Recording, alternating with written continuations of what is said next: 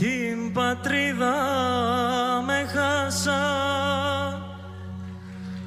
έκλαψα και πόνεσα.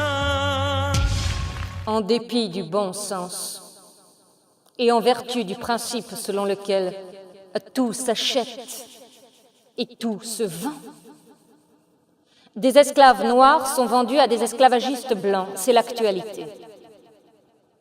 Est-ce un retour en arrière ou une marche en avant?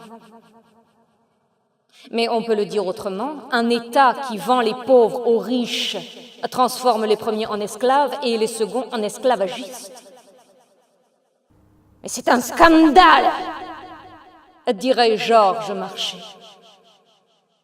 Mais c'est l'état du marché, où l'on ne croise que des marchands et des marchandises qui ont la ferme conviction de faire des échanges profitables. Logique minable, car l'esclavagisme est la matrice du capitalisme. L'exigence de rentabilité a toujours eu raison de toute liberté et de tout sens des responsabilités. Ni noir, ni jaune, ni arabe, le système qui crée des barbares n'a pas de couleur. Et ici, comme ailleurs, la force de travail est cédée aux plus offrants. Alors ici pour 8 heures, là pour 16 heures, là-bas pour 24 heures. L'extrême pauvreté explique ou justifie la démission des volontés. Et pour tous ceux qui n'ont rien d'autre à vendre que leur liberté, ce genre de concession paraît inévitable. Tous les démunis qui sont dans la force de l'âge finissent par renouer avec l'esclavage ancien ou moderne, par se soumettre à la loi de l'offre et de la demande. Marche, marche, les uns sur les autres.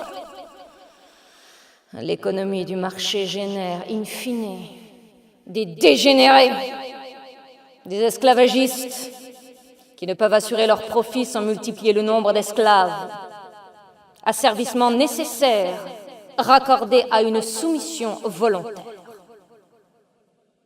Le travail peut être une force, mais une force qui n'a pas la force de résister à l'exploitation de ceux qui ont les moyens de se l'approprier. Pour ne pas perdre le marché, ils sont dans l'obligation de vous marcher dessus. Et vous, pour nourrir vos enfants et leur assurer le minimum vital, vous êtes contraints et forcés de vous faire marcher dessus. Pour les deux, c'est une question de survie. Voilà ce que le jeune Marx, celui des manuscrits de 1844, a compris. La Terre est une île qui finira par devenir un asile d'aliénés mentaux, économiques ou sociaux. Et les capitalistes sont, pour ainsi dire, condamnés à devenir esclavagistes. Pour capitaliser, ils sont obligés de nous décapiter, de nous faire capituler. Και το μάτια μου να